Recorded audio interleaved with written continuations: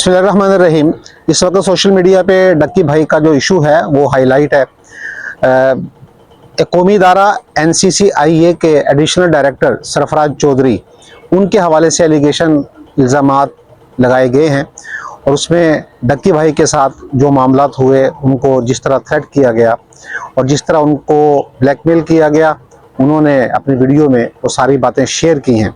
अब ये एक बड़ी अलमनाक सूरत हाल है कि एक इदारा, उसका डायरेक्टर लेवल का एक ऑफिसर, वो एक आम शहरी के साथ इस तरह का मामला करे। यकीनन ये तशवीशनाक सूरत हाल है।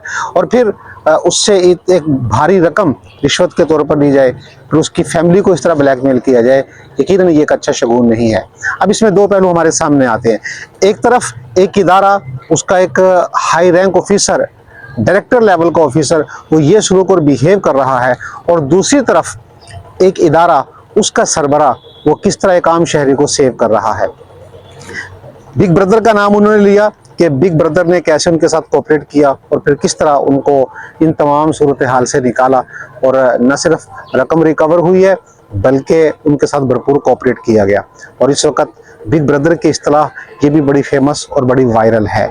तो ये दो एक पीक हमें नज़र आ रही हैं।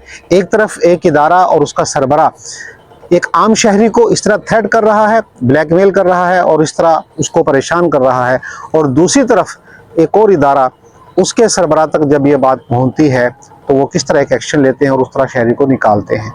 अब ज़रूरत इस अमर की है कि जिस तरह बिग ब्रदर ने एक आम शहरी के साथ ताउन किया, डक्की भाई के साथ ताउन किया, उसको इस सारे सूरत हाल से निकाला, तो हर इदारा वो इसी तरह एफिशिएंसी दिखाए और हर इदारा इस तरह आम शहरी के साथ अच्छा सलूक करे और बिहेव करे। हम देखते हैं कि हमारे इदारों में आम शहरियों के साथ इंतहाई बुरा सलूक किया जाता है, तौहीन-आमेज़ सलूक किया जाता है, और उनके जो छोटे से रोज़मर्रा के जो मामलात हैं, काम हैं, उस हवाले से भी शहरियों को न सिर्फ तंग किया जाता है बल्कि काम को पेंडिंग किया जाता है। अब कोई भी इदारा ले लें, चाहे वो मैप्को है या पुलिस है या दीगर इदारे हैं, तो वहाँ पर आम शहरियों के साथ कोई अच्छा सलूक नहीं किया जाता।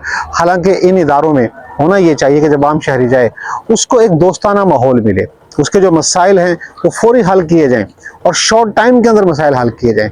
लेकिन ना सिर्फ मसाइल को पेंडिंग किया जाता है, लंबा किया जाता है, उसको बार बार चक्कर लगवाए जाते हैं, बल्कि इस हद तक उस बंदे को तंग किया जाता है आम शहरी को कि बिल आखिर वो रिश्वत देने पर मजबूर हो जाता है।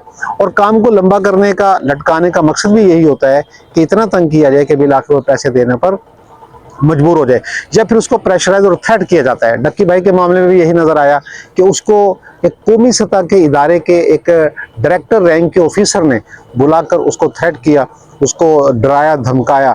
इंसान है, जब उसको इस तरह एक ऑफिसर डराया धमकाएगा तो जाहिर सी बात है कि उसके लिए फिर वो प्रेशर बर्दाश्त करना मुश्किल हो जाता है।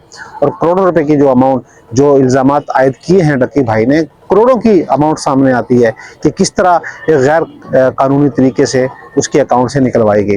तो ये सूरत हाल हमारे इदारों की पिक्चर को वाज़े करती है कि हमारे इदारे और इन इदारों में बैठे हुए जो ऑफिसर्स हैं, सरबराहान हैं, कि वो किस तरह का सलूक कर रहे हैं। अब ये इशू तो मीडिया पे, सोशल मीडिया पे हाईलाइट हो गया, उजागर हो गया, और इसका फिर हल भी निकल आया।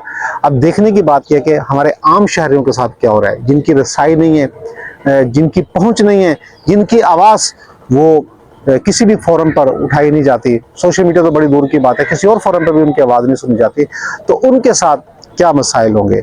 हर बंदा जब अपना जायज़ा लेता है तो यकीनन हर आदमी किसी न किसी इस तरह के वाक़े से गुजरा है कि जिसकी वजह से उसके साथ ये मामला किया गया।